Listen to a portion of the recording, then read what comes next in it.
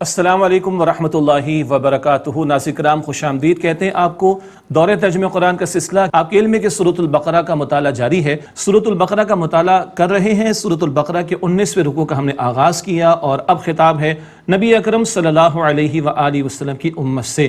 بنی اسرائیل کا تذکرہ ہو گیا، ان کے کرتوتوں کا بیان سامنے آ گیا، ان کو معزول کر دیے جانے کا ذکر آ گیا۔ اب نبی اکرم صلی اللہ علیہ وسلم کی امت، اس کو امت مسلمہ قرار دیا گیا اور پہلے مرحلے میں صبر اور نماز کا تذکرہ، مدد کے حصول کا تذکرہ اور راہ خدا میں جان کا نذرانہ پیش کرنے والوں کو کہا جا رہا ہے کہ وہ مردہ نہیں، ہمیشہ کی زندگی اللہ انہیں عطا فرماتا ہے۔ مطالعہ آگے بڑھا رہے ہیں سورۃ البقرہ آیت نمبر 155 سے۔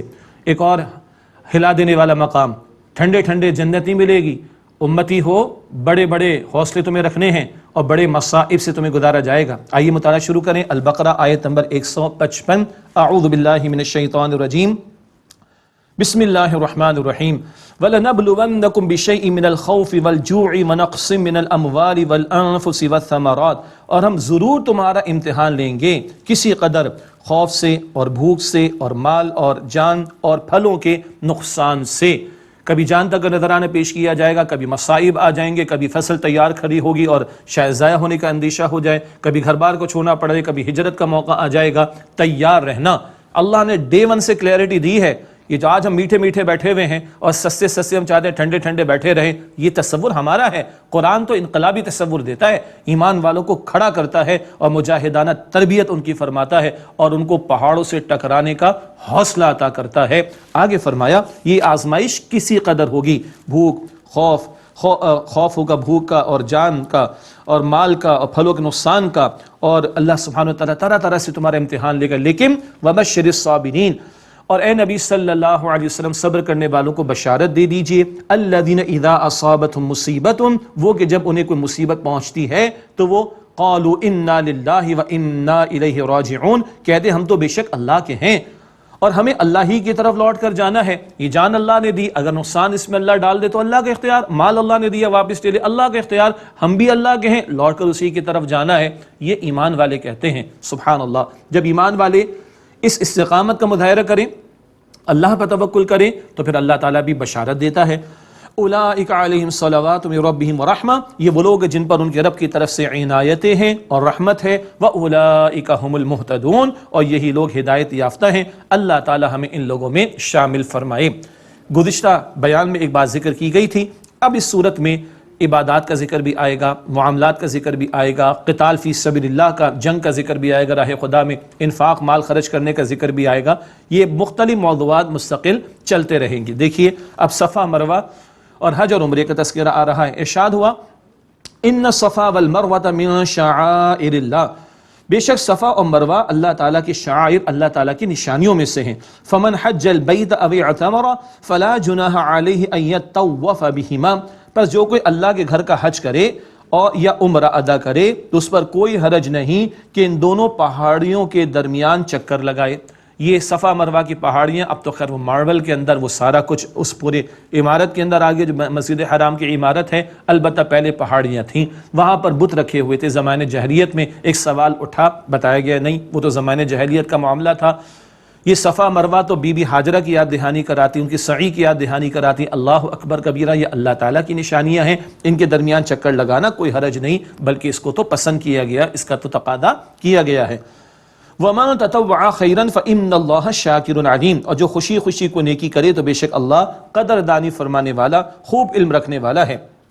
اب بتایا جا رہا ہے کہ وہ لوگ کہ جو اللہ کی طرف سے آئے ہوئے حق کو چھپاتے ہیں، جیسے کہ یہود کا ذکر آیا، ان کے علماء کا ذکر آیا، اللہ کی طرف سے ان پر اور لوگوں کی طرف سے ان پر لعنت کی جاتی ہے۔ استغفر اللہ۔ فرمایا ان الذین یکتمون ما انزلنا من البینات والہدی، بے شک جو لوگ چھپاتے ہیں وہ جو اللہ نے کھلی نشانیوں میں سے اور ہدایت کو نازل فرمایا، من بعد ما بیناہ للناس فی الکتاب، اس کے بعد کہ ہم نے اسے کتاب میں لوگوں کے لیے وعدے کر دیا۔ اللہ نے کتاب عطا فرمائی، حق نازل فرمایا، وعدے فرما دیا، اب لوگ چھپا رہے ہیں، تو چھپانے والوں کے لیے کیا ہے؟ اولئک یلعنہم اللہ ویلعنہم اللاعنون، یہ وہ لوگ ہیں جن پر اللہ سبحانہ وتعالیٰ لعنت کرتا ہے اور ان پر لعنت کرتے ہیں تمام لعنت کرنے والے۔ لعنت کا مطلب اللہ تعالیٰ کی رحمت سے دوری، چھپانے والوں کے لیے لعنت۔ یہود نے چھپایا، ان پر لعنت۔ آج قرآن کس کے پاس ہے؟ ہمارے پاس دین کس کے پاس؟ ہمارے پاس اللہ کی آخری ہدایت ہمارے پاس. کیا ہم دنیا کے سامنے پریزنٹ کر رہے ہیں؟ 5-6 ارب لوگ ہیں جن تک اللہ کا کلمہ نہیں پہنچا، محمد مصطفیٰ علیہ السلام کی تعلیم نہیں پہنچی. آج ہمارا کردار کیا گواہی دے رہا ہے؟ اگر ہم چھپا رہے ہیں تو ڈرنا چاہیے کہ یہ آیت ہمارے لیے تو نہیں ہے، اللہ محفوظ رکھے. ہاں اللہ فرما رہا ہے اِلَّا الَّذِينَ تَابُوا وَأَصْلَحُوا وَبَيَّنُوا، سوائے وہ کہ جنہوں نے توبہ کی اور اصلاح کی عمل کی اور واضح کر دیا، پیغام واضح کر دیا، وہ تو پھر اللہ کی رحمت کے مستحق ہو جائیں گے. فرمایا فَأُولَئِكَ أَتُوبُ عَلَيْهِمْ، بس یہ لوگ ہیں جنہیں اللہ تعالیٰ فرماتا ہے کہ میں معاف فرما دیتا ہوں. وَأَنَا التَّوَّابُ الرَّحِيمُ، اور بے شک میں معاف خوب توبہ قبول کرنے والا، نہایت رحم فرمانے والا ہوں. اگر اصلاح پر آ جائیں اور پیغام پہنچانا شروع کر دیں، اللہ تعالیٰ کی لعنت سے بچ جائیں گے، اللہ تعالیٰ کی رحمت کے مستحق ہو جائیں گے. لیکن رہے کافر تو ان کا تذکرہ آگے ہے. ان الذین کفروا وماتوا ہم کفار، بے شک وہ لوگ جو کافر ہوئے اور وہ مرتے دم تک کافر ہی رہے. اولئک علیہم لعنت اللہ والملائکۃ والناس اجمعین، یہ وہ لوگ ہیں جن پر لعنت اللہ تعالیٰ کی اور فرشتوں کی اور تمام انسانوں کی. خالدین فیہا، وہ اس میں ہمیشہ رہیں گے. لا یخفف عنہم العذاب ولا هم ینظرون، ان سے عذاب ہلکا نہیں کیا جائے گا اور نہ انہیں کوئی مہلت دی جائے گی. اللہ ہمیں جہنم کے عذاب سے بچائے. اور آج قرآن ہمارے پاس، پیغام ہمارے پاس، سیکھنے، سمجھنے، عمل کرنے اور دنیا کے سامنے پیش کرنے کی توفیق عطا فرمائے. وَإِلَٰهُكُمْ إِلَٰهٌ وَاحِدٌ، اور تمہارا معبود معبود واحد ہے. لا الہ الا هو الرحمن الرحیم، اس اللہ کے سوا کوئی عبادت کے لائق نہیں، وہ اللہ رحمان ہے، رحیم، انتہائی رحم فرمانے والا، مسلسل رحم فرمانے والا ہے. اگلی آیت طویل ہے اور اس کو ہمارے استاد ڈاکٹر اسرار صاحب رحمۃ اللہ علیہ نے بڑا پیارا عنوان دیا، آیت الآیات. آیت کے معنی نشانی، ایک ایسی آیت جس میں 10 نشانیاں اللہ تعالیٰ کی بیان کی جا رہی ہیں. آیت الآیات، ایک طویل آیت. ایسی 5 طویل آیات اس سورۃ البقرہ میں انشاءاللہ ہمارے سامنے آئیں گی. ان 5 میں سے پہلی اللہ تعالیٰ کی نشانیوں کا تذکرہ، ان نشانیوں پر غور و فکر کر کے بندے کے ایمان میں اضافہ ہوتا ہے. حقیقی ایمان کے حصول کے لیے اللہ کی نشانیوں میں غور و فکر کی دعوت. ان فی خلق السماوات والارض واختلاف اللیل والنہار والفلک التی تجری فی البحر بما ينفع الناس، بے شک آسمان و زمین کی تخلیق میں اور رات اور دن کے بدلتے رہنے میں اور ان کشتیوں میں جو سمندر میں چلتی ہیں ان چیزوں کے ساتھ جو لوگوں کو نفع دیتی ہیں. وما انزل اللہ من السماء من ماء، اور جو اللہ نے آسمان سے بارش کا پانی برسایا. فاحیا به الارض بعد موتها، پھر اس سے زمین کو زندہ کر دیا اس کے مر جانے کے بعد. وبث فیہا من کل دابۃ، اور اس میں ہر قسم کے جانور پھیلا دیے. وتصریف الریاح، اور ہواؤں کے بدلنے میں. والسحاب المسخر بین السماء والارض، اور آسمانوں اور زمین کے درمیان مسخر بادلوں میں. لآیات لقوم یعقلون، عقل مند لوگوں کے لیے یقیناً نشانیاں ہیں. ان میں غور و فکر کرو، اللہ کو جانو، مانو، اللہ کی عظمت دل میں پیدا کرو. یہ ایمان بڑھے گا تو پھر اللہ کے احکامات پر عمل کرنا آسان ہوگا. لیکن لوگوں میں سے مشرک بھی ہیں اور لوگوں میں سے سچے پکے ایمان والے بھی ہیں. آگے ذکر آ رہا ہے، فرمایا وَمِنَ النَّاسِ مَن يَتَّخِذُ مِن دُونِ اللَّهِ أَندَادًا يُحِبُّونَهُمْ كَحُبِّ اللَّهِ، اور جو لوگ اللہ کے سوا کسی اور کو شریک بناتے ہیں وہ ان سے محبت کرتے ہیں جیسے کہ اللہ کی محبت ہوتی ہے. اللہ کو چھوڑ کر مخلوق سے محبت ہے، مال، اولاد، کرسی، اقتدار، شہرت کا بت، فیم، پتہ نہیں کیا کچھ. اللہ کو چھوڑ کر اور معبود اختیار کرتے ہیں اور ایسی ان سے محبت کرتے ہیں جیسے کہ اللہ کی محبت. آگے فرمایا والذین آمنوا اشد حبا للہ، اور جو لوگ ایمان لائے ان کی شدید ترین محبت اللہ کے لیے ہوتی ہے. کیوں نہ ہو، وہ رب العالمین، وہ خالق، وہ مالک، وہ محافظ، وہ رازق. اللہ اکبر کبیرہ، ایمان والوں کی سب سے بڑھ کر محبت اللہ کے لیے ہوتی ہے. وَلَوْ يَرَى الَّذِينَ ظَلَمُوا إِذْ يَرَوْنَ الْعَذَابَ أَنَّ الْقُوَّةَ لِلَّهِ جَمِيعًا، اور اگر دیکھ لیں جنہوں نے ظلم کیا اس وقت کو کہ جب یہ عذاب کو دیکھیں گے کہ تمام قوت اللہ سبحانہ وتعالیٰ کے لیے ہے. وَأَنَّ اللَّهَ شَدِيدُ الْعَذَابِ، اور یہ کہ اللہ سبحانہ وتعالیٰ کا عذاب سخت ہے. کاش ان کو آج سمجھ آ جائے اور یہ شرک کو چھوڑ کر توحید کی طرف آ جائیں. اگلی 2 آیات میں چھوٹے اور بڑوں کا تذکرہ ہے. کچھ لیڈرز ہوتے، کچھ فالوورز ہوتے ہیں دنیا کے ہر کونے میں، ہمارے یہاں بھی. بڑے اور چھوٹوں کا یہ مکالمہ 6 مرتبہ قرآن پاک میں آیا. اندھے بن کر اپنے لیڈروں کے پیچھے چلنے والے، ان کا تذکرہ بار بار قرآن پاک میں آتا ہے. گمراہ لیڈر اور ان کے پیچھے ایک پیروی کرنے والے بھی گمراہ، ان کا تذکرہ. فرمایا اذ تبرأ الذین اتبعوا من الذین اتبعوا، یاد کرو جب بیزار ہو جائیں گے وہ جن کی پیروی کی گئی ان سے جنہوں نے پیروی کی تھی. لیڈر بیزار ہوں گے فالوورز سے، وَرَأَوُا الْعَذَابَ اور وہ عذاب دیکھ لیں گے، وَتَقَطَّعَتْ بِهِمُ الْأَسْبَابُ اور ان سے تمام رشتے کٹ جائیں گے، وَقَالَ الَّذِينَ اتَّبَعُوا لَوْ أَنَّ لَنَا كَرَّةً فَنَتَبَرَّأَ مِنْهُمْ كَمَا تَبَرَّؤُوا مِنَّا، اور وہ کہیں گے جنہوں نے پیروی کی تھی، پیچھے چلنے والے فالوورز، کاش ہمارے دوبارہ دنیا میں لوٹ جانے کا معاملہ ہوتا تو ہم ان لیڈروں سے بیزاری کا اعلان کرتے جیسے انہوں نے ہم سے بیزاری کر ڈالی، پوچھ ہی نہیں رہے آج ہمیں۔ كَذَلِكَ يُرِيهِمُ اللَّهُ أَعْمَالَهُمْ حَسَرَاتٍ عَلَيْهِمْ، اسی طرح اللہ تعالیٰ ان کے اعمال انہیں حسرت بنا کر دکھائے گا، وَمَا هُمْ بِخَارِجِينَ مِنَ النَّارِ اور وہ آگ سے نکلنے والے نہیں ہوں گے۔ اللہم اجرنا من النار، اے اللہ ہمیں آگ کے عذاب سے محفوظ فرما۔ یہ موضوع مزید 5 مرتبہ قرآن پاک میں چھوٹے اور بڑوں کا آئے گا۔ اس کے بعد اگلی آیات میں اللہ سبحانہ وتعالی نے کچھ حلال و حرام کے بارے میں معاملات کے حوالے سے رہنمائی عطا فرمائی ہے۔ ارشاد ہوا، یا ایھا الناس کلوا مما فی الارض حلالا طیبا، اے لوگوں کھاؤ اس میں سے جو زمین میں ہے حلال اور پاک۔ دو باتیں ہیں، جو کھا رہے ہو جس جانور کا گوشت وغیرہ وہ حلال ہو اور اس کو حاصل کرنے کا ذریعہ بھی حلال ہو، یہ نہیں کہ بکرے اور گائے کا گوشت کھا رہے ہو وہ تو حلال، کمائی حرام کی ہے، نہیں، حلال بھی ہو اور طیب بھی ہو۔ وَلَا تَتَّبِعُوا خُطُوَاتِ الشَّيْطَانِ اور شیطان کے نقش قدم کی پیروی نہ کرو۔ مال حرام تو شیطان کے ہتھ کنڈے، اس کے ذریعے انسان کے ایمان کو جو ہے وہ حاصل کرنا یعنی لوٹ لینا چاہتا ہے شیطان، تو مال حرام کی ہر شکل سے اللہ میری آپ کی ہم سب کی حفاظت فرمائے۔ وَلَا تَتَّبِعُوا خُطُوَاتِ الشَّيْطَانِ اور شیطان کے نقش قدم کی پیروی نہ کرو، إِنَّهُ لَكُمْ عَدُوٌّ مُبِينٌ بے شک وہ تمہارا کھلا دشمن ہے۔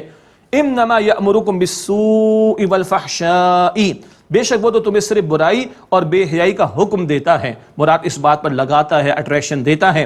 وَأَن تَقُولُوا عَلَى اللَّهِ مَا لَا تَعْلَمُونَ اور یہ کہ تم اللہ تعالیٰ کے بارے میں وہ کہو جو تم جانتے نہیں ہو، من چاہی باتوں کو دین کے طور پر تم اختیار کر لیتے ہو۔ یہ مشرکین عرب کا بھی طرز عمل تھا۔ مال حرام شیطان کا ہتھ کنڈا ہے اور شیطان بے حیائی اور برائی کی دعوت دیتا ہے، فحاشی کی دعوت دیتا ہے، حرام مال برے کرتوت کی طرف لے جاتا ہے۔ اللہ ہم سب کی حفاظت فرمائے، شیطان کے حملوں سے اللہ میری آپ کی ہم سب کی حفاظت فرمائے۔ ارشاد ہوا مشرکین کے تعلق سے کچھ کلام ہے، وَإِذَا قِيلَ لَهُمُ اتَّبِعُوا مَا أَنزَلَ اللَّهُ قَالُوا بَلْ نَتَّبِعُ مَا أَلْفَيْنَا عَلَيْهِ آبَاءَنَا اور جب انہیں کہا جاتا ہے کہ اس کی پیروی کرو جو اللہ تعالیٰ نے نازل فرمایا تو وہ کہتے ہیں بلکہ ہم تو اس کی پیروی کریں گے جس پر ہم نے اپنے باپ دادا کو پایا۔ اولو کان آباؤہم لا یعقلون شیئا ولا یہتدون بھلا اس صورت میں بھی کہ ان کے باپ دادا نہ کچھ سمجھتے ہوں اور نہ ہدایت یافتہ ہوں، اندھے بن کر بلائنڈ ان کی فالوئنگ ہو رہی۔ ہاں کسی کے باپ دادا نیک ہوں، ایمان پر تھے، خیر پر تھے، نور علی نور والی بات، مگر باپ دادا گمراہی میں تھے اور اللہ کی بات کو چھوڑ کر ان کی بات کو مانا جا رہا ہے، کس قدر ظلم کی بات ہو رہی ہے۔ یہ مشرکین کو سمجھایا جا رہا ہے کہ چاہے باپ دادا گمراہی میں تھے، ہدایت پر نہیں تھے، عقل نہیں رکھتے تھے، تم بھی اندھے بن کر ان کی پیروی تم کرتے رہو گے۔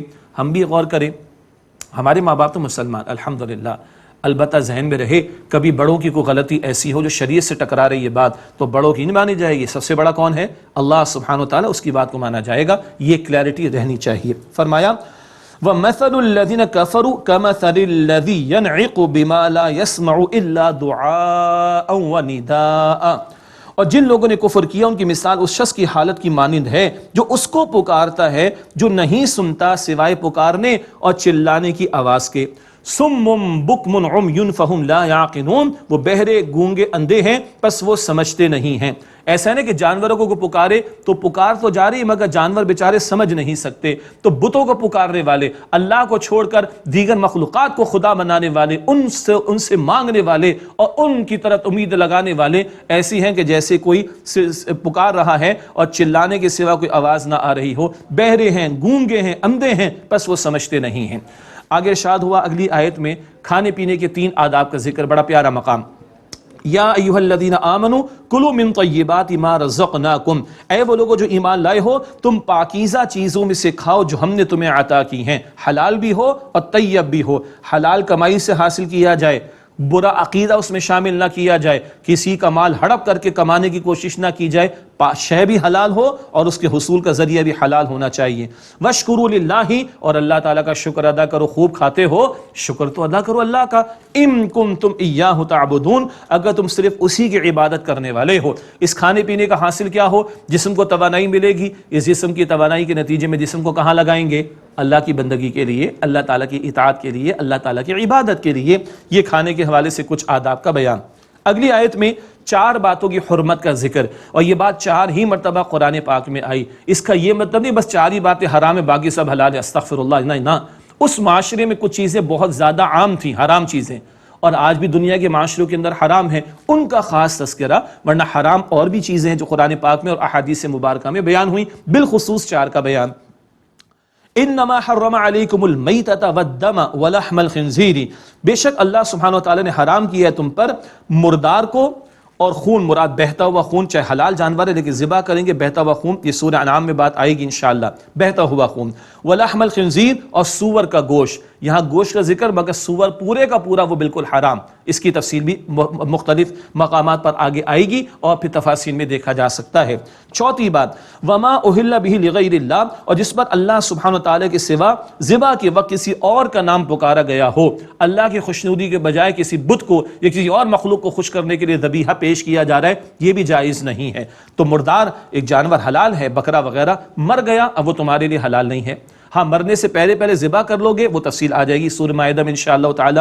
خون، بہتا ہوا خون وہ حرام ہے، سور کا گوشت وہ حرام ہے، اور وہ ذبیحہ کہ جس کو ذبح کرتے ہوئے اللہ کے سوا کسی اور کا نام لیا جائے، یہ 4 باتوں کی حرمت کا ذکر۔ سور کا معاملہ آج کے ترقی یافتہ ممالک میں آپ دیکھ لیں، بے حیا ترین جانور، اور اس کے استعمال کرنے والے بھی بے حیا ترین تہذیب کے حامل لوگ ہیں، یہ آج بھی معروف باتیں ہیں۔ تو بہرحال یہ کثرت سے اس معاشرے میں موجود تھی، ان 4 باتوں کی حرمت کو 4 مرتبہ قرآن پاک میں بیان کیا گیا۔ ہاں ہمارا دین دین فطرت ہے، اور کبھی انسان مجبور اور لاچار ہو جائے کہ جان پر بند آئے تو پھر اللہ تعالیٰ نے رخصت دی ہے، فرمایا فمن اضطر غیر باغ ولا عاد فلا اثم علیہ، پس جو لاچار ہو جائے مگر وہ سرکشی کرنے والا نہ ہو اور نہ حد سے بڑھنے والا ہو تو اس پر کوئی گناہ نہیں۔ اس کی تفصیل تفاسیر میں دیکھی جا سکتی ہے۔ ایک بندے کی جان پر بند آئے، حلال کچھ موجود نہیں ہے، جان تو بچانا لازم و فرض ہے، تو وہ حرام ہی اگر موجود اور کچھ نہیں تو اتنا لے جس سے جان بچ جائے، حد سے زیادہ نہ لے، اور ارادہ جو ہے وہ نافرمانی کا نہ ہو، مجبوری کا معاملہ آ گیا، فلا اثم علیہ، اس پر کوئی گناہ نہیں۔ ان اللہ غفور رحیم، بے شک اللہ بہت بخشنے والا نہایت رحم فرمانے والا ہے۔ اس کے بعد ایک اور حرام کا ذکر ہے، ایک تو سور حرام اور یہ مردار حرام کی بات تو آ گئی، ایک حرام وہ ہوتے ہیں جو مذہبی طبقات کھاتے ہیں۔ جی یہود و نصارہ نے حرکتیں کی، ان کے علماء نے حرکتیں کی۔ مذہبی طبقات کا حرام کیا ہے؟ بڑی سخت بات ہے، فرمایا ان الذین یکتمون ما انزل اللہ من الکتاب، بے شک جو لوگ چھپاتے ہیں وہ جو اللہ نے کتاب میں سے نازل فرمایا، ویشترون بہ ثمنا قلیلا، اور اس سے وصول کرتے ہیں تھوڑی سی قیمت، اولئک ما یاکلون فی بطونہم الا النار، یہ وہ لوگ ہیں جو اپنے پیٹوں میں صرف آگ بھرتے ہیں، مراد جہنم کی، ولا یکلمہم اللہ یوم القیامۃ، اور اللہ تعالیٰ قیامت کے دن ان سے کلام بھی نہیں کرے گا، ولا یزکیہم، اور نہ انہیں پاک کرے گا کہ جنت میں یہ لوگ جا سکیں، قطعا نہیں، ولہم عذاب علیم، اور ان کے لیے دردناک عذاب ہے۔ یہ مذہبی طبقات یہود کے علماء بالفعل، مثال کے طور پر کہ جو اللہ کی کتاب میں تبدیلی کرتے، لوگوں کی خواہشات کے مطابق دین فروشی کر کے فتوے دیتے اور مال بٹورتے تھے، یہ حرام خوروں کا ذکر یہاں پر کیا جا رہا ہے۔ یہ اپنے پیٹ میں جہنم کی آگ بھر رہے، اللہ قیامت کے دن ان سے کلام بھی نہیں کرے گا اور نہ ان کا تزکیہ کرے گا، ان کے لیے دردناک عذاب ہے۔ علماء حق ہر دور میں موجود رہیں گے، علماء سو بھی ہوتے ہیں، علماء سو برے علماء ہوتے ہیں جو دین کو کھلواڑ اور تماشا بناتے ہیں اور خود بدلتے نہیں، قرآن کو بدل دیتے ہیں کی روش پر ہوتے ہیں۔ اللہ ایسے علماء سو کی حرکتوں سے ہم سب کی حفاظت فرمائے۔ آگے ان کے بارے میں ذکر ہے، اولئک الذین اشتروا الضلالۃ بالہدی، یہ وہ لوگ ہیں جنہوں نے ہدایت کے بدلے گمراہی مول لی، والعذاب بالمغفرہ، اور مغفرت کے بدلے عذاب انہوں نے اختیار کر لیا معاذ اللہ، فما اصبرہم علی النار، تو کس قدر وہ آگ پر خوب صبر کرنے والے ہیں۔ علم تھا، کتاب کے جاننے والے تھے، مگر دنیا پرستی میں مبتلا ہو گئے۔ ان کا حوصلہ ہے کہ جہنم کی آگ کو برداشت کر سکیں گے۔ فما اصبرہم علی النار، کیا حوصلہ ان کا کہ آگ پر خوب صبر کرنے والے۔ استغفر اللہ۔ ذالک بان اللہ نزل الکتاب بالحق، یہ اس لیے کہ اللہ تعالیٰ نے کتاب کو حق کے ساتھ نازل فرمایا۔ وان الذین اختلفوا فی الکتاب لفی شقاق بعید، اور بے شک جن لوگوں نے کتاب میں اختلاف کیا وہ ضد میں دور جا پڑے، تکبر تعصب کی وجہ سے جانتے بوجھتے کتاب کو انہوں نے رد کر دیا۔ اگلا رکوع شروع ہوتا ہے رکوع نمبر 22 اور آیت نمبر 177 ہے۔ اس کو ہمارے استاد ڈاکٹر اسرار صاحب رحمۃ اللہ علیہ نے عنوان دیا آیت البر، طویل آیت ایک اور آ گئی۔ بر نیکی کو کہتے ہیں، نیکی کی حقیقت کا بیان اس مقام پر آ رہا ہے۔ نیکی کی جڑ و بنیاد ایمان، اخلاص۔ نیکی کی روح کیا ہے؟ اللہ کو راضی کرنا، آخرت کا اجر پانا، اور نمونہ ملے گا پیغمبر کی ذات سے علیہ السلام۔ نیکی میں کیا پہلے ہے؟ انسانی ہمدردی، ایمان دل میں ہو تو لوگوں کی ہمدردی دل میں ہونی چاہیے۔ اور نیکی میں کیا ہے؟ عبادات کا اہتمام، نماز بھی اور زکوٰۃ بھی۔ اور نیکی میں کیا ہے؟ معاملات کو درست رکھنا، وعدے کو پورا کرنا۔ اور نیکی میں کیا ہے؟ حق و باطل کا معرکہ سجے نا تو باطل کے خاتمے اور حق کی سر بلندی کے لیے کھڑا ہونا، یہ نیکی کا ایک جامع تصور اس مقام پر آ رہا ہے۔ فرمایا لیس البر ان تولوا وجوہکم قبل المشرق والمغرب، نیکی صرف اسی بات کا نام نہیں ہے کہ تم اپنے چہرے مشرق یا مغرب کی طرف پھیر لو۔ دوسرے پارے کے آغاز میں کیا تھا؟ تحویل قبلہ۔ یہود نے اعتراض کر دیا، ذرا بات ادھر ہو گئی تو پریشان ہو گئے، ارے تم ظاہر پرست نہ بنو، ذرا ظاہر کی باتوں سے آگے بڑھ کر حقیقت کی طرف جاؤ۔ ظاہر کی بھی اہمیت ہے مگر نیکی کی حقیقت بتائی جا رہی ہے۔ وَلَٰكِنَّ الْبِرَّ مَن، نیکی تو اس کی ہے، اس کون؟ کرنے والا۔ اس کی نیت ٹھیک ہوگی تو اجر ملے گا، نیت میں کھوٹ تو اجر نہیں ملے گا۔ وَلَٰكِنَّ الْبِرَّ مَن، نیکی تو بلکہ اس کی ہے، آمن باللہ والیوم الآخر والملائکۃ والکتاب والنبیین، جو ایمان لایا اللہ تعالیٰ پر اور آخرت کے دن پر اور فرشتوں اور کتابوں اور انبیاء علیہم السلام پر۔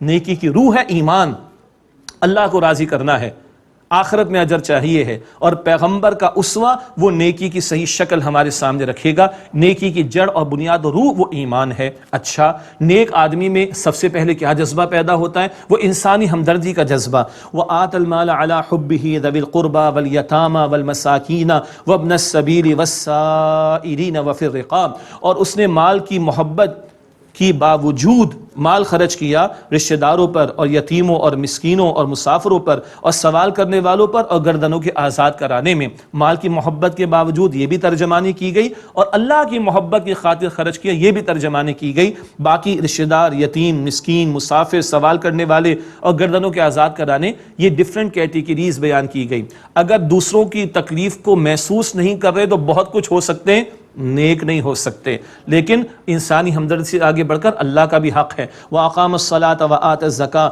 اور وہ نماز قائم کرے اور زکوٰۃ ادا کرے، عبادات کو بھی انجام دے، بدنی عبادت بھی نماز، مالی عبادت بھی زکوٰۃ۔